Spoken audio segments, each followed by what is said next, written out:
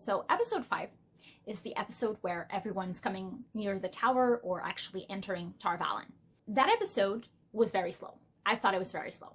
They decided to take their time to tell a certain story during that episode. And in my opinion, they failed the show in a certain way because they don't have that much time to tell the story of the first book. So the fact that they wasted time on Stepan's story, which it was nice to see, but I just felt like more things could have happened during that episode.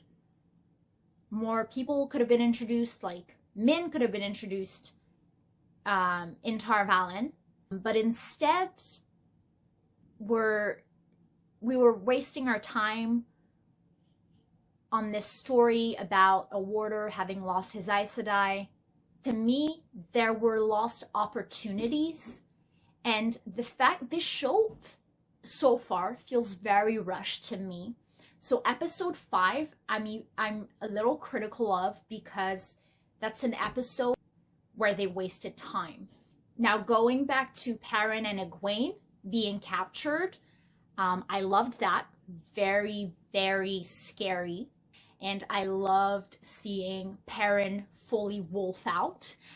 That was one of the first times that you actually can connect the dots properly. And I loved that Egwene was able to channel, but she isn't strong yet. I love that, because for a second I was like, is she gonna save the day? Like all of a sudden she can channel and she's super powerful and stuff, because like it takes training. But she tried to do like this fireball, but then it just poofed out, and I was like, yes, that's perfect. Episode 6. I honestly don't even know how to approach this, but I think I'm just gonna go, I'm not gonna talk about specific events, I'm just gonna talk about the episode in general. It takes place mostly in Tar Valon. No, it only takes place in Tar Valon, and specifically in the White Tower. We meet some new people. I actually loved that cold open in episode 6. I loved seeing Siuan Sanche growing up. It's something I don't think we get in the books. I mean, again, I've read up to book 5, so I don't know. But I loved seeing that. Like, and one thing I loved is that Siuan was using a lot of fishing metaphors, which is something she does in the books because, you know, grew up in a fishing village. Her father was a fisherman. Totally fits. I loved that. That nod to, like, Siuan was very well done. Kind of like Nynaeve always pulling on her braid is also a theme throughout. I love that they don't forget small details like that. So I really liked the opening to that episode where we see Siuan and her father and her having to go, and the Mark of the Dragon. Really nice. But then it degenerated from there. One word I have for that episode is over the top. It is over the top, and I could not take certain scenes seriously. I felt like they were trying to show the importance of the Aes Sedai, but they were just going overboard. The tower politics are a thing that are in the books, and that it's not really a problem. But for me, my problem with that is the tower politics are not the main thing in the first few books, and the tower politics in the books revolves around the dragon, not around pettiness and like high school drama. And the scenes in the hall, over the top is all I want to say. They are focusing on things that simply do not need emphasis put on them. Right now, our problem is that there are dragons popping up all over the place. We have more wars, more trouble on the continent, and then you have Siuan and Moiraine working together trying to find the actual dragon because he can save them. Those are the problems. But we're focusing on like people trying to get power, and the fact that they focused on that once again took away from the development of our main characters, because once again we follow Moraine's point of view, and Moraine is not the main character of the books. She just isn't. Our Two Rivers folks were completely forgotten. The focus put on the fact that these women are super important and they have all this power, and it's like, stop telling us. That scene with the oath rod was ridiculous. I could not take it seriously. What are you doing? What are you doing? Why was that scene in there?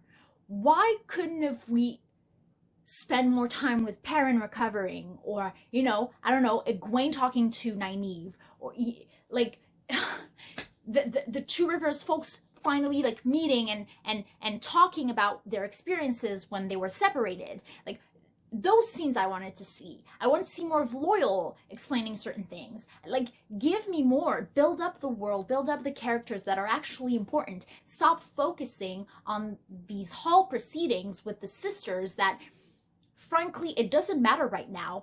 And the drama should have been around, there are these dragons all around. There's this war going on.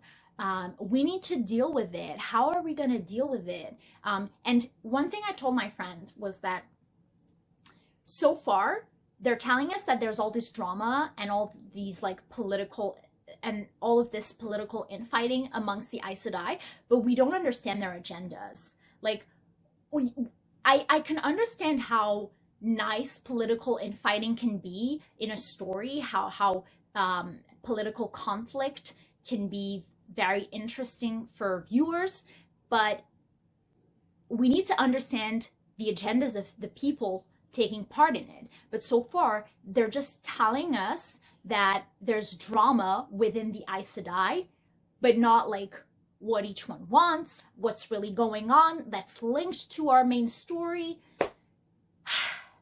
That leads me to talking about the mystery of who is the Dragon Reborn. I am over it. I am over it. I do not care for that plot line. Who the dragon is not the point of the Wheel of Time. I hate that mystery, and it cannot be a fucking woman. That is one thing I will stress again. I hate that mystery because it confuses people. Also, it's not Egwene, and it's not Nynaeve, and I'm gonna say it again, and I've said it before. I don't like the fact that they included them in that whole mystery, because they have their own arc and their own importance. Who the dragon is, we should have been told in episode 3 or 4. Because that's not the point, and we need Rand to be developed. We need to understand Rand more. But we're spending so much time on a mystery that has no importance for no reason. For conflict, for drama, to confuse non-book readers. The Tarviran thing. The Tarviran thing is not explained. It's mentioned once in episode 1, and then nobody explains anything. And that is very important, because so far, a lot of what is happening is because like Mat, Rand, and Perrin are Tarviran, and they've included Egwene in that, which I'm fine with, but the 4 are Tarviran, and that is important because where they go, things happen. Those are very important things to understand. Again, like, why not focus on that? Why not have Loyal talk about that with Rand? It makes me mad, because Loyal, we could have had a whole scene where Loyal talks to Rand and he realizes that Rand is Tarviran, and he explains what Tarviran is, which is the way it happened in the books. And then, you know, instead of having useless scenes, unnecessary scenes. So I'm going to stop the discussion / review right here. I'm getting really worked up, and again, I was very critical, especially of episode 6 and some of the choices they've made. But I don't want you to think that I hate the show. I tend to be overly critical, but it comes from a place of love, like I said. Thank you guys for watching. I'll see you in a few for my review / discussion of episodes 7 and 8. If you enjoy my channel, please consider subscribing. And if you like this video, give it a like. And I'll see you next time.